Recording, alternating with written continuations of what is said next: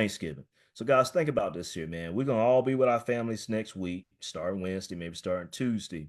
The food in the kitchen gonna sound good. We're gonna be watching sports, probably be pouring up some alcohol, adult beverages, right? And just having a good old time, man. Just catching up with family that we've never, hadn't caught up with before, maybe haven't seen in a while. Hey, guys, here's some important conversations that we need to be having because the only time that we really get together for Thanksgiving or we really get together around for family, like for real, other than like a holiday, is when somebody passed away. That's the only time we kind of get together, other than maybe a family reunion. But the conversations that we need to be having immediately is for is how can we empower and how can we further grow our particular family where we can be a economic powerhouse, right? That's what the Rockefeller family, that's what they were able to do because they actually worked together. But I look at, for instance, like a gentleman on this phone call right here by the name of George, right? George served, I want to say, almost 30 years in the United States Air Force as a colonel, and so he has two other siblings in his particular family. Man, it's a good opportunity for George to, if he spends some time with his particular family, man, these are things to saying, hey, look, how can we actually pull our money together? If you're gonna spend $100 a month, at Chipotle or Chick-fil-A, how can George put $100 together? How can Moses put $100 together? How can their sister Tasha put $100 a month together? That's $300 a month. And then now they either put that in a savings account or we put it in a investment fund, and that fund continues to grow over time. And then there gets to be an opportunity where they now have nieces and they have nephews and something that they have established to where they are saving this money and putting this investment account or the savings account automatically like clockwork. And imagine George doing this and we having this conversation 10 years ago, and imagine what that account could be. And then now you guys are setting initiatives of what you can do with the money, right?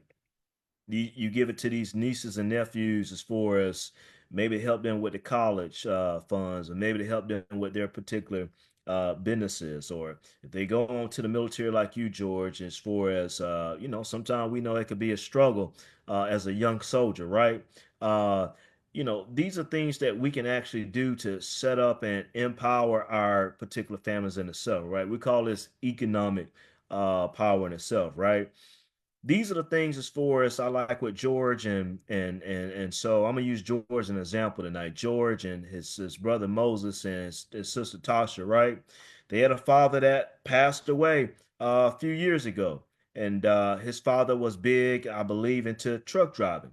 And so George is a very well accomplished young man. I'll say, well, George, there's one way that you can really give back to your particular father on his behalf and his name, while at the same time helping you get a tax deduction.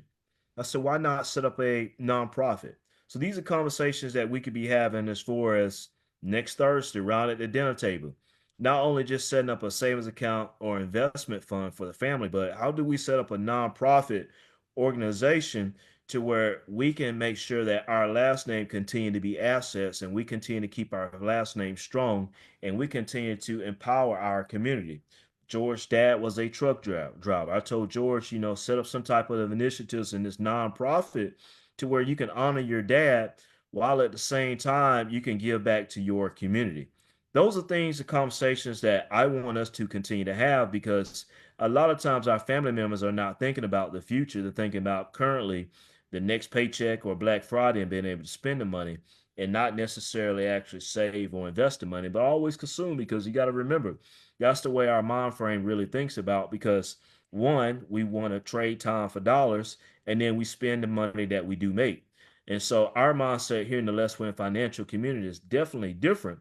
I always say that when you want different, you move different. And so these are some of the ideas and philosophies that I teach you guys as far as where you've been very successful financially based on these ideologies that we don't necessarily learn. We didn't learn in school, we didn't learn anywhere else.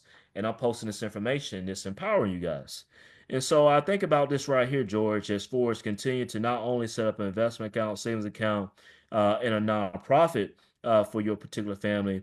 But what if you get together, right, and you say, okay, look, how can we do like the Rockefellers, and how can we set up a life insurance policy? And in the event if I pass away, or in the event if Moses passed away, in the event if Tasha passed away, you know, I got $1 million policy, I got a $500,000 policy, I got $250,000 policy, and you write a plan and say, okay, look, what do we do with this particular money in the event when I pass away? How do we pass this down to the next generation? See, we learned about Quincy Jones passing away a couple weeks ago, and we learned that he passed, a couple $100 million over to his kids, divided it out, right? And I posted it on the Let's Win Financial group page, and I say this is what generational wealth looks like. But actually, guys, to be honest with you, that's really not generational wealth. I'm gonna tell you why I say that. Because if Quincy Jones didn't necessarily have an established within a trust to say, I'm gonna pass this down to each kid, and this how this kid should actually be spending this money, and then how this particular kid that they're not gonna have the operability to spend all the money, but now if it's one child that I'm passing this money down to, how can he continue to pass that money down to his grandkids? So he set something in place to ensure that you must have an investment account, or you must have a college fund account, or you must have a nonprofit, or you must have a savings account, or you must have a custodial account, or you must have a 529 college savings plan. You must have maybe a what we call a non-charitable or charitable contribution account where you give to different initiatives, right?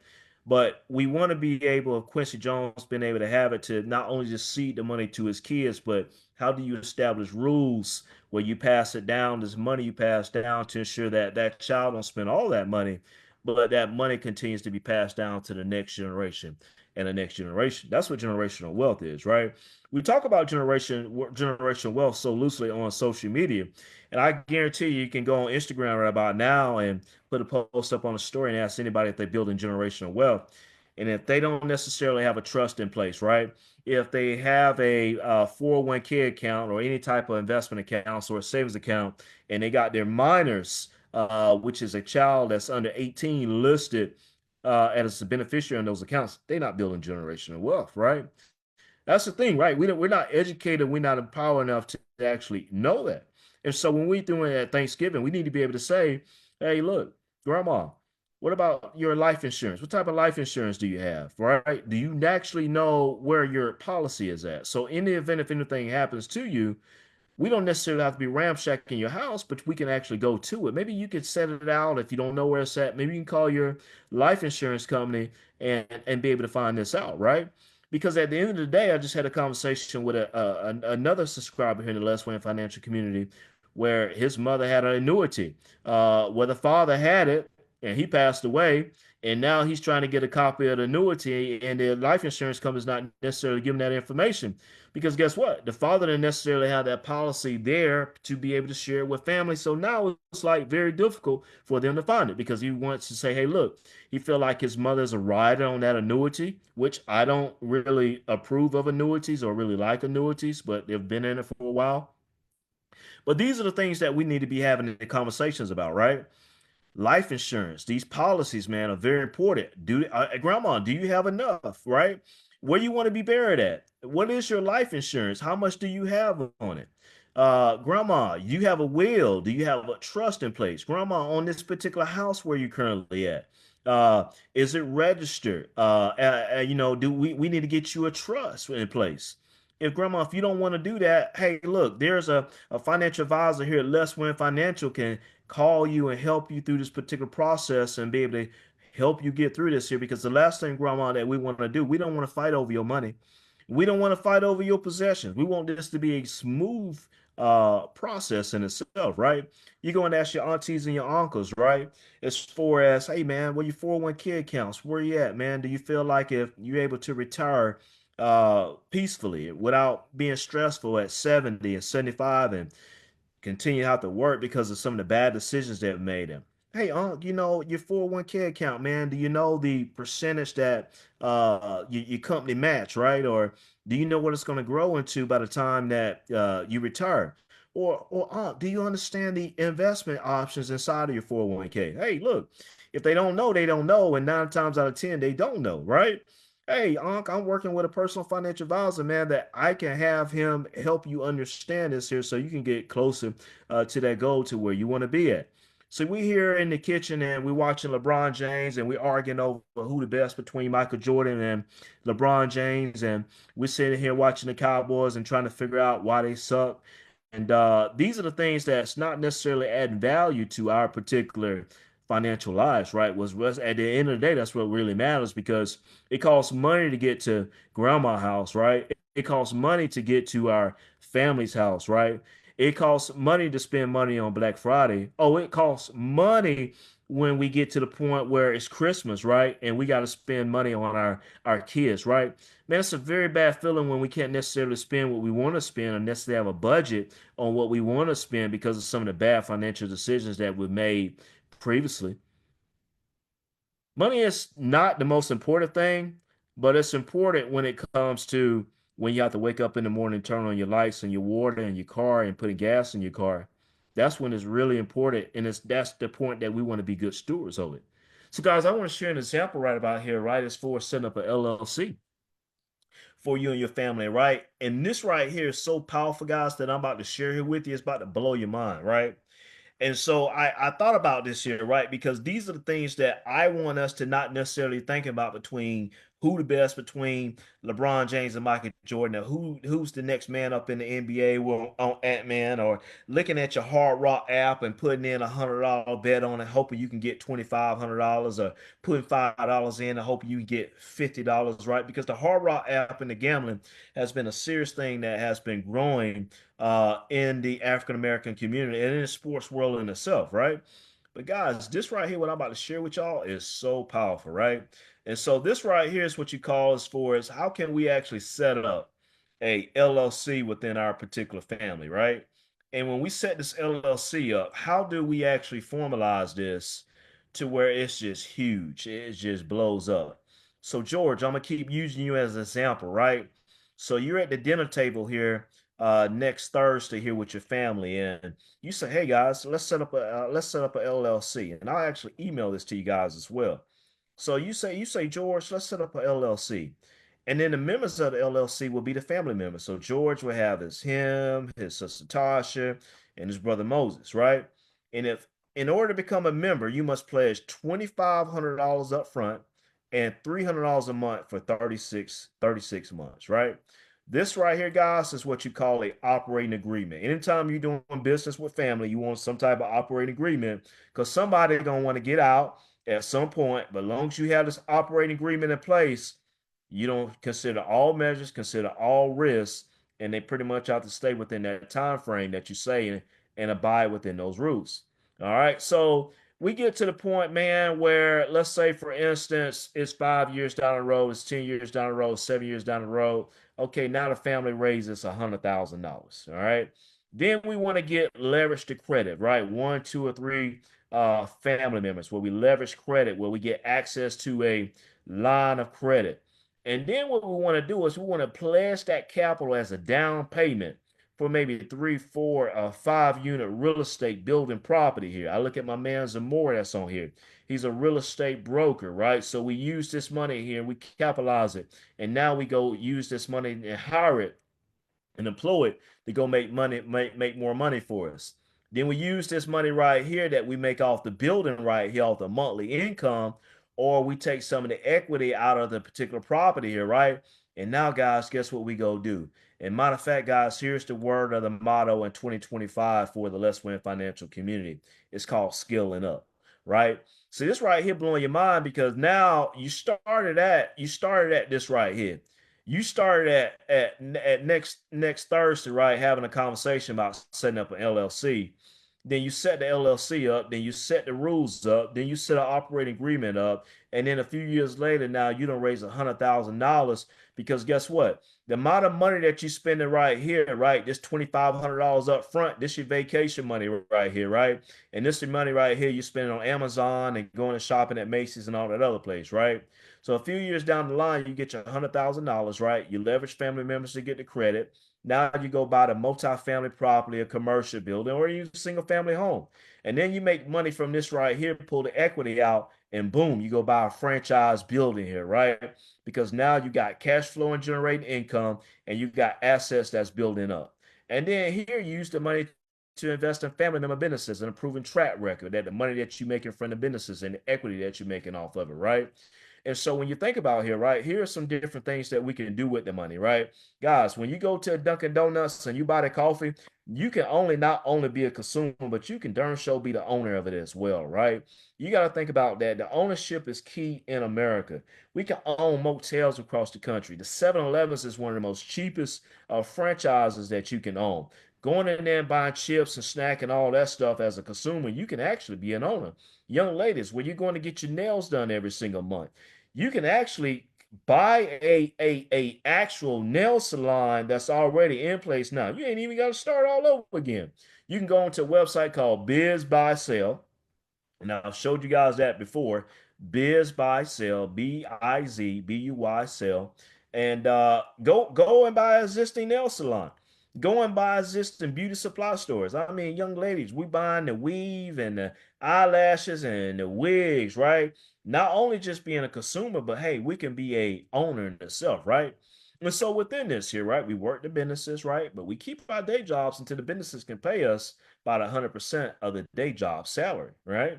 And so when you look at this right here, right, and you present this plan right here, you talk about this. And if you guys want this particular plan here shared with your family members, you can actually do it. Or if you guys may say, hey, Sherwin, I want to get to a point to where, hey, man, we set up a call with our particular family and you show us a wealth strategy plan or something like this designed specifically for our family.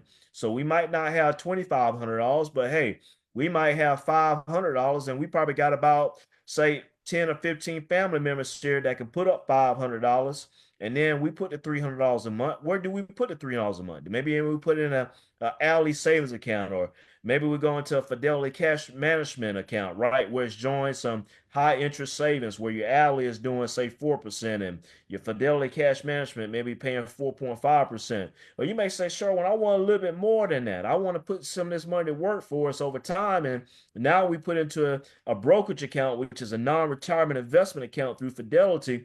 And now we work this money and do it, right? Well, then you may say, well, Sherwin, we got this operating agreement. Can you help us put that into place, right? And then with Sherwin, can you help us on our credit? We got some family members that credit may not be up to par, but you ain't got to use everybody credit. We just said one or two, three family members, the one that's already established, right? And the ones that you can go and trust to give you that access to that additional line of credit to leverage this here to now go buy the building, right? And when I say go buy the building, that means that you don't necessarily use your own money. You go and use the money from the bank, use the bank money, and now you take the bank money and you go buy the house, the 3 to 4 or 5 real estate investment building complex, right? And your mortgage that you got to pay back the bank, now your tenants are paying that. Now you capitalize on any additional cash flow. Now you capitalizing on any tax deduction and benefits, and now you are taking advantage of what we call as appreciation. Because if you go and buy, say, a triplex building for you pull it together and you go and buy for say $500,000, right? And say 2024 or 2025, I could guarantee you in 2030 that triplex ain't gonna be worth a $500,000. We could easily see it depending on the area where you're at. It could be worth 700,000, it could be worth $800,000, right? And now you don't made $300,000 in appreciation. You got this particular building right here. It might be cash flowing $2,000, $3,000 a month. It's giving you tax deductions. You got about $200,000, $300,000 in appreciation in this real estate building. Now you take a little equity out, and now you continue to just diversify your investments in this particular family plan by opening up the franchise building here, guys, right? Guys, this is what I'm sharing, right? These are the conversations that we need to be having with our particular families, right? It's empowerment because you can use some same excuses. Well, my social security check, wondering if it's going to be short, wondering how many entitlement programs that we've been getting over the last 4 years, if it's going to be taken away from us. Well, if the student loans, it might not be forgiven. You guys see where I'm going at? you can't worry about what you can't control. You can only do what you can control. And what you can control is set the trajectory of changing your family generation. Because now what happens is, right, you could cut that generational curse that you and your family been going through. Them same decisions, them same plans, them same mistakes that grandma been making that she don't pass down financially. Because grandma, when you go see her, she gonna say, baby, I wish I knew what I knew now 20 years ago. But now you got the power and you got the information that what grandma knew or learned would have just now getting, but now learning it to not only just empower grandma, but grandma grandchild, grandma great grandchildren through this information what I'm giving you guys, right? It's different, man. And the reason why I say it's different is because I use Zamar again. Zamar has several different real estate properties, and his particular assets mainly have been composed of real estate properties, right? I taught a class at my church, and he was part of that financial education class. And guess what he was able to do? He was able to not only just have all this money tied up into real estate, but now he was able to set up a Roth IRA account.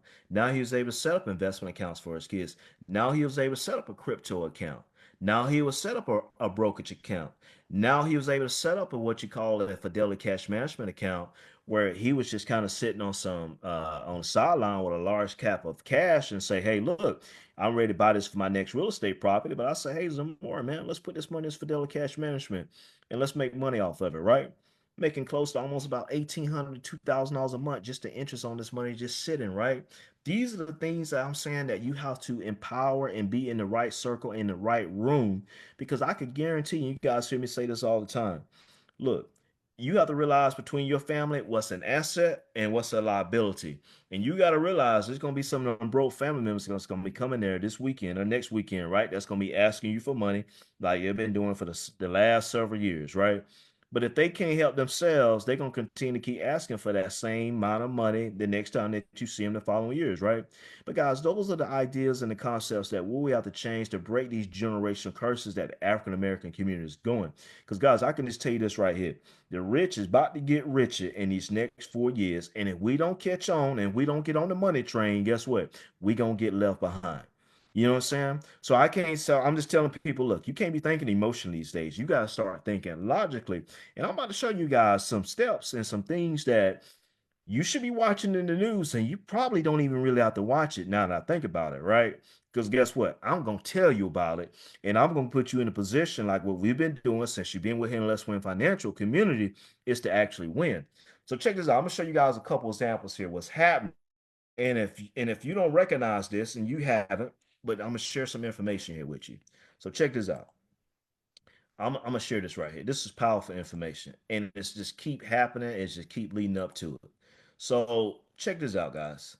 This right here is what's happening. So President Trump, he won presidential election, right? Breaking news: Donald Trump is set to replace SEC chair with pro crypto Teresa Gooden Gillen, right? So right now, what he's doing is he's establishing his cabinet, but what he's doing is this is one sign right here. I'm just gonna give you a hint. There's somebody that's pro crypto. Let me show you something else here really quick. Then he goes in right here, right? Yesterday, this right here happened, right? Wall Street Journal reported that President-elect Trump met with right? Coinbase is where you can go buy crypto as well. Coinbase CEO Brian Armstrong to have discussion on who should play a role in the new administration's cabinet in regards to crypto policymaking. You understand where I'm going? And if you go right here, let me show you something else here really quick. Let me show you one more other thing right here, right? Here's another cabinet member, right, that he named this week. All right. That's what I'm telling you guys. If you can't beat him, you better join him. And so you look right here, Trump to tap crypto booster Lutnick for commerce secretary. So all these cabinet members that he's actually put into office, man, they are all pro Bitcoin. And so when we look at this here, right, let's go back in here and look at this here, right? We talk about Bitcoin, right? Bitcoin is very volatile. But guys, let me just show you the impact of what Bitcoin has done since the presidential election here, right? And so you will see here that the presidential election was right here in November the 5th, all right? November the 5th right here. And Bitcoin was right at $74,000. All right. Today, guys, if you look right here on November, $4,000. So, guys, you talking from 74,000 to 94,000 in less than 2 weeks. That's how much Bitcoin has actually risen. When I just showed you guys, he's actually putting these people in this cabinet that's pro crypto. That's why I'm telling you guys, you better get on the train. Bitcoin is very volatile. We don't want to put a lot of money into it, but you could be 5 years from now, you could be 10 years from now, and you could be watching Bitcoin at 300,000, 400,000, and wishing on November 19th when Sherwin gave that session. He talked about Trump putting all these people in position in his cabinet that's pro crypto, and it's at 300,000. You're like, man, I wish I would have done that. We don't say that too many times previously in the past. I wish I would have done that. Man, sometimes, guys, you just got to be able to do it. So, guess what Sherwin did, right? I've been investing in crypto, into Bitcoin and Ethereum, but I've been seeing what's happening. And I say, you know what? I don't only want to just put myself in position. I posted this as well. I want to tell you guys this as well. I opened up three more crypto accounts there on Fidelity. I went over on open up three crypto accounts. They're in my name, but I earmarked them for each son. Avery, Carter, and Blake. And so for me, what I've been doing is historically, I've been putting $50 a week into crypto just over time. But I set a new plan for my kids. I said for my boys, okay, every week, I'm gonna put $25 a month into their crypto accounts. And so what's going to happen is they got a crypto account, they got a 529 college savings account, they got a regular custodial, just a general investment account, and they got a Roth IRA account. That's four different type of positions. Do you think that these particular people that he's put in position and with Trump, right? They doing the same thing for their kids. Why not we can do it for our kids? And I'm really not putting a lot of money in there because the position is you don't have to start out with a lot of money. You just got to be consistent and you got to start early. And once you do that, you allow compound interest to work more for you. See, I had a gentleman the other day, and I don't even know if he's on the call, and I hope he don't take offense to when I say that. But I was very highly, I want to say upset, but disappointed because the one thing what we would do is we would go buy a car. We would go buy a car. I seen a Corvette the other day when I left my job leaving out the military post, and it was a black Corvette. It looked so sweet. And that gentleman told me, hey man, I bought me a Corvette. You probably ain't gonna like this decision, but I bought me a Corvette. And that Corvette cost $1,600 a month to be sitting in a garage because you don't want to put a lot of miles on a Corvette. $1,600 a month. Be driving it two, three times a month. That's what we do, man. But you know why we do it? Because guess what? It's a social status. It's gonna turn heads. If we a man and we got ego, right? Women gonna like it. They gonna think that we got it. But we really don't because that's $1,600 a month. That's just sucking up income. Well, it could really be going to something what we've been talking about tonight, right? And an income producing asset to where it can grow for you. Because a Corvette sitting in the garage at $16 a month, ain't nothing growing about that. As soon as you drove it off the lot, it lost value. So we got to be able to change our mindsets and our relationships. And when we get around Thanksgiving, when we get around our family, right? You got to be able to say, hey, you got a college account for your kid. You see that young baby, and when you see any family member with a young baby, you say, hey, look, do you have a 529 college savings plan? Do you have a college plan set up for that baby? Because if you don't, I got a guy that can actually help you. And it don't cost a lot. You can set up a college 529 college savings plan at $25. If you're a grandparent, if you see any grandkids and say, I want to set up a treaty where my kids, my grandkids, they can go to college on my dime for at least maybe 1 year or maybe one semester, right? And you can set it up through that 529 college savings plan. And if you're a parent on a 529 college savings plan in certain states, I was helping out a young lady today where she got a 7-year-old daughter, put $5,000 in there last year in a general investment account. We talked about now doing a 529 college savings plan because guess what, guys? She was putting $1,000 a month in a whole life policy. And she told me about that. I said, oh, no, sweetie. By the time we get off this phone call, if you don't call that company and cancel, I'm coming to see you. So she canceled it. So that's gonna be an extra $1,000 that she's gonna have now. She's gonna be able to max out that Roth IRA account. Then we talked about setting up the 529 account for her daughter because she's in Alabama and she's married. So if you file married jointly, you can contribute up to $10,000 in the 529 college savings plan, and you get the state tax deduction. You understand that? These are conversations that we need to be having because guess what, guys? We don't have to be broke. That's a choice. Broke is a choice. And it can be temporarily because we can get ourselves out of that situation with our mindset and our mind thinking about where we want to be in life. You got to think about 6 months from now, right? Where do you want to be at? 6 months from now, where do you want to be at? And not actually think about it, but actually what steps are you going to take to get there? So if it takes to, hey, look, man, I'm trying to get out this debt. Well, if you're trying to get out this debt, but you're going out there spending more money than your monthly credit card bills is for Black Friday and Christmas, then you really not trying because the choice is, sure, when I got, Thanksgiving, I got the holidays coming up. Yeah, okay. That's your choice though. If you want to continue to spend and you got this credit card debt that we can really take advantage of, right? So you got some family members say, hey, look, I can guarantee you everybody in your family got a credit card and they probably got debt on it. It's probably a small percentage. But you may say, hey, man, you're in a lot of debt. And that's probably a personal question because people can really get offended. But if you had a conversation and say, hey, if you got some debt, hey, I got a guy that can really help you. Because, hey, look, I got a debt management tool that we put people on and say, hey, look, you're not only just paying credit down or just paying a credit card, but actually when it's going to be paid off, what month and what year, man. That gives you that vision to understand. Well, here's how much interest that you're paying on a monthly basis, right? Half the time we don't even know how much interest that we're paying, or the credit card statement show up, but we ain't looking at the credit card statement. We just paying the minimum, right? And what the credit card company do is they tell you this right here. If you're close and you've been paying your bills and your credit limit is say 20,000 and maybe you got a balance of 15,000 and you making payments every month, guess what that credit card company gonna do? They're going to continue to increase your credit limit. And guess what your balance going to do? It's going to continue to go up. That's what we do. And guess what? You can't afford to invest. You can't afford to put money into an income producing asset because of some of those decisions that you've made to put you behind. And so that's our problem in the African American community, man. We're living in the past based on some of these bad financial decisions that we've made that we can't actually get ahead. And when we do get the check, we got to pay for the decisions that we made 3, 4, 5 years ago. And so that's our problem of what we get in. And to be honest with you guys, I just be real and raw with you. I just tell you what it is, right? I'm sorry if I'm hurting feelings, but I was going to tell you how it is. We can't get advanced in this particular world if we don't change our mindset around finances. And it don't matter how much money you make, because if you spend it all, it don't matter.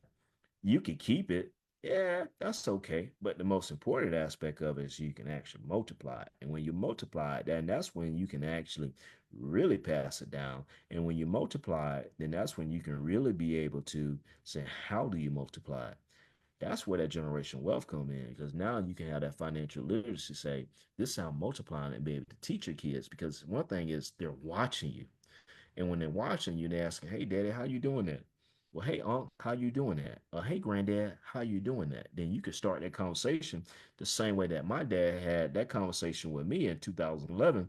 That changed my mindset and how I'm maybe on this phone call today. My dad didn't know as much as I did now, but he started me off with some basic financial literacy and just showing me a Wall Street journal. And that was in 2011. And guess what, guys? Still to this day, I wake up every morning after doing some devotion, after kind of get myself together. I'll go outside and I'll pick up my Wall Street journal and I'll read it. I read it every single morning. Yeah, I can go on the tablet, I can read it, but I like the paper. Because guess what? When President Obama got elected as the first Black African American president, guess what? That's a Wall Street journal that I was able to keep.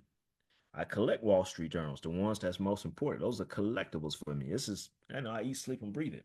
So I'm almost done, but I want to touch on one last topic here. There's a big, it's a big day tomorrow, guys. I'll be broadcasting this here tomorrow. Our favorite company, Nvidia, it reports quarterly earnings tomorrow. Uh, and so let me just show you some information here just on Nvidia, guys. Guys, I talk about it all the time. I don't know how much more I could talk about it because it's like we have it invested in our portfolios for some of the ones that just joined the Let's Win financial community. Nvidia is just it's a life-changing company, man. We got kids, we got nieces, we got nephews that got investment portfolios with this one company, Nvidia, man, that's just really changing the trajectory of households, man. Um, with Nvidia in itself, I mean, if you think about it, dating back from 2020, I should have had this up here, but every year it's been up 100%, with the exception of 2022.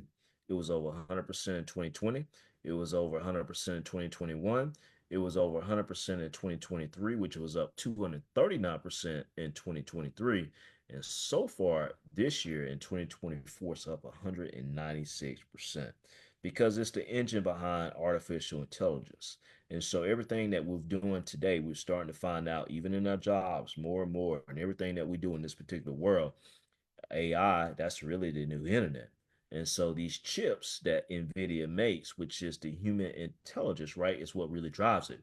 So every publicly traded company has to report publicly every quarter how they have done for that particular quarter. And so now it's time tomorrow, November the 20th, after 4 o'clock p.m., NVIDIA will report their quarterly earnings. And so now we're going to find out how much money they made, how many customers that they had, and in these quarterly reports, it also provides future guidance on where NVIDIA will be at. So I want to share some information here with you, and then we're going to be done here about NVIDIA here. So a couple things here. There's analysts here that has that's very, very high on NVIDIA here, right? So let me show you some the latest stats here on NVIDIA right here, right? If you go right here, you look at this right here, Stifle, which is a publicly rated company here, right? They raised their price target on Nvidia up to $100 from 165 while maintaining it's a buy rating here. And so when we go right here, of course, CNBC site is one of our favorite sites here to look at here, right?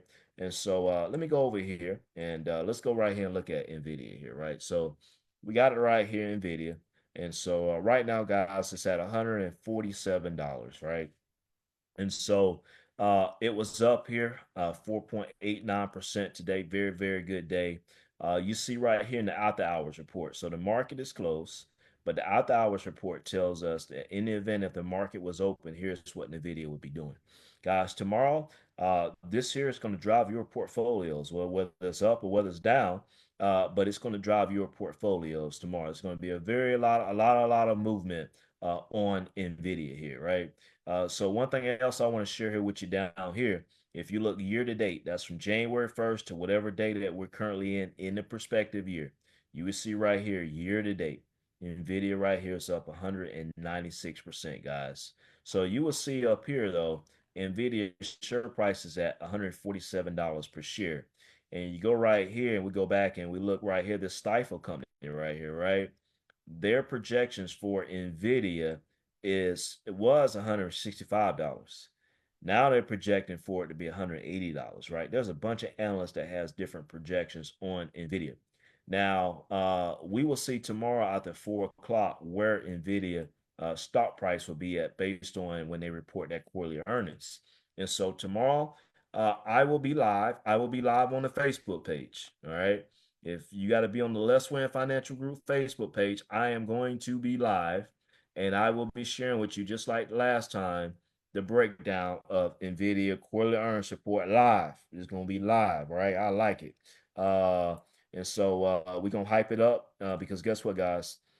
Everybody on Wall Street, this is the Super Bowl, watching Nvidia stock report, right? Quarterly earnings. And so what happens with this is I want to show you something else, but what happens is, I mean, it's crazy, man. You got people in New York at bars, man, having these Nvidia watch parties, right?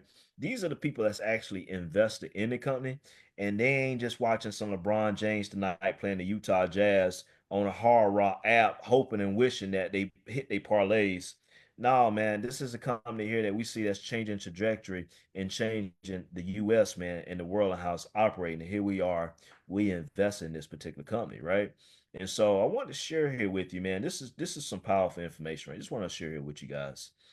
If you go and look at Nvidia right here, right? If you compare Nvidia, let's see, hold on. Here we go right here. If you compare Nvidia right here to the S&P 500, it's up 196%. S&P 500 is up 25%. If you go and look 1 year, this time last year, Nvidia has been up 198%. S&P 500 has been 31%. Now, for my newbies on here, the S&P 500 is your top 500 companies in one basket. Every investment that we make, we always measure it against the S&P 500. We own the S&P 500. It's an index. It's not going to outperform Nvidia, but I just kind of want to show you just the big difference. If you go right here and look at this 5-year return right here, this 5-year return, the S&P 500 has been up about 90%, where you see Nvidia is up almost 27%, 2,700%. You look over the last 3 years right here, and you see that Nvidia has been up 365%, where you see this S&P 500 has been up 26%. Now, we don't like to necessarily be too overweight on Nvidia, and we like to be majority in the S&P 500, because if when Nvidia or when single stocks like this go down, we don't like to have this heavy in our portfolios. We always like the S&P 500 to be the bigger percentages in our portfolio, because if one company go down, you still got 499 companies in here. And the S&P 500 still has been performing about 14% average per year, dating back over the last 10 years. So tomorrow's a very big day for Nvidia. It's going to be all over the news, Yahoo Finance, CNBC. But the crazy part about this is wealth is being built around us.